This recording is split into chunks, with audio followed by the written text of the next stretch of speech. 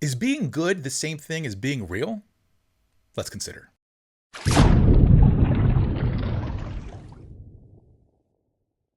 Hello, philosophers. I'm Chico. Welcome to the Philosopher Channel summary of the Summa Theologica. In question 4, we looked at God's perfection. God is perfect, meaning complete, lacking nothing. And the perfections of all things pre-exist in the cause, pre-exist in God in a more eminent way. Now Aquinas shifts in a new question to a related topic, goodness. So question 5 is of goodness in general. But before asking the question, is God good? Aquinas asked the question, what is goodness? Specifically, is goodness the same thing as reality, as being, or something different? Surprisingly, Aquinas' position is that they are the same thing. They're just distinct in reason, just different in idea. He quotes Augustine in De Doctrina Christiana, saying, inasmuch as we exist, we are good. He says this implies that goodness and existence are the same thing. Now, here's his main argument. First, from Aristotle, the good is what all things desire. Now, by desirable here, he means something very specific, appetible. It doesn't just mean what humans want. It means what anything tends towards or for. So plants desire sunlight or rocks desire to fall down. By goodness here, he means desirable in this metaphysical sense. Okay, so the essence of goodness consists in being desirable in this way. Now, everything is desirable insofar as it is perfect. And remember, perfect here means complete. And everything is perfect insofar as it is in act. Remember, this is the act potency distinction. A thing is in act insofar as it is actual, realized, existing. A thing is in potency insofar as it could be something, but is not yet. Now, a thing exists. It has being insofar as it is in act, because being is the actuality of everything. So a thing is good insofar as it is a being. And again, remember our very specific definition of good here. Therefore, goodness, or this desirability that things have, and being are really the same thing. But goodness expresses that aspect of desirability that being does not express. So they are different in idea, just not in reality.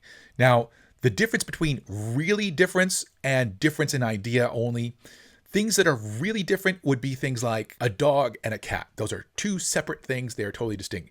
Things that are only different in idea would be like the morning and the evening star. The morning and the evening star are actually just Venus. They're the same thing.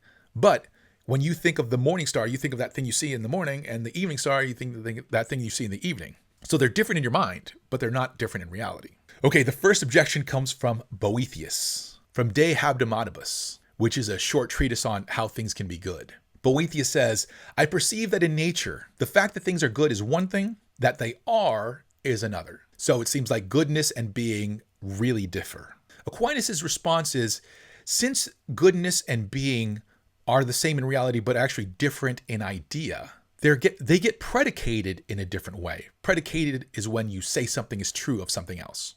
Being properly signifies something that is in act. Goodness signifies that same act, but under the aspect of being desirable. So in a way, Boethius is correct. In idea, the fact that a thing is good differs from the fact that it is being. But this is a difference in concept and not in reality. A second objection comes from Liber de Causis, the Book of Causes. This was a book that was erroneously attributed to Aristotle. Aquinas wrote a commentary on it and references it a lot. And the objection goes as follows. Nothing is informed by itself. Here we have the idea of form and matter, so hylomorphism. So nothing is informed by itself, meaning a thing can't just form itself, right? It can't just structure itself. The form does the structuring. The form does the structuring of the thing. The thing can't be its own form. But goodness is spoken of as informing being. Per the commentary on Liber de Causis, the first of created things is being. So goodness must be something other than being. If you're confused, here's sort of the objection. Being is the most basic and the first thing that a creature receives, right? It couldn't receive anything unless it existed. Then goodness comes along and informs that being. It adds something further to it. It specifies it or perfects it the way that a form does to matter. But nothing can inform itself. Clay can't be its own shape. Matter can't be its own form. So if goodness informs being, goodness must be a different thing than being. Aquinas' response is, goodness is not said to inform being insofar as it adds a new reality on top of being. Rather, being is considered under a new formality. It's considered under desirability, something that the word being doesn't actually express. Just as we can consider the same person a runner and a teacher. Same person, but different aspects. And then objection 3, goodness can be more or less, but being cannot be more or less. A thing either exists or it doesn't exist. So goodness must differ from being. Aquinas' response, goodness is said to be more or less due to some superadded actuality, like knowledge, virtue, and health. What he's talking about here, there's substantial actuality and there's accidental actuality. The substantial actuality is that by which it just is. The accidental actualities are superadded to the substance. In other words, these are qualities and habits that perfect its power and order it to well operation and end. Okay, so that's how goodness is working here. But Aquinas says that being here actually also admits of degrees.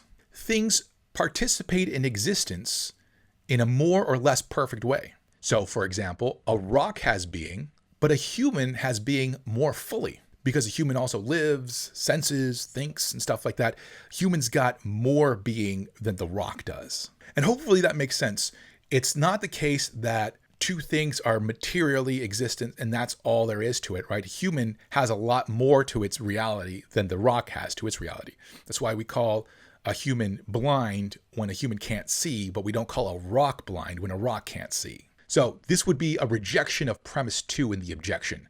There can be more or less being. Existence is rich and layered, and the degrees of goodness that we see in things reflect the degrees of reality. By the way, this ties into Aquinas' 4th way of proving that God exists. You can check out that video that I've done already on that. That's all we have for this one. In the next one, we'll ask the question, now that we know that those two things are different in thought, different in idea, which one has priority in the mind?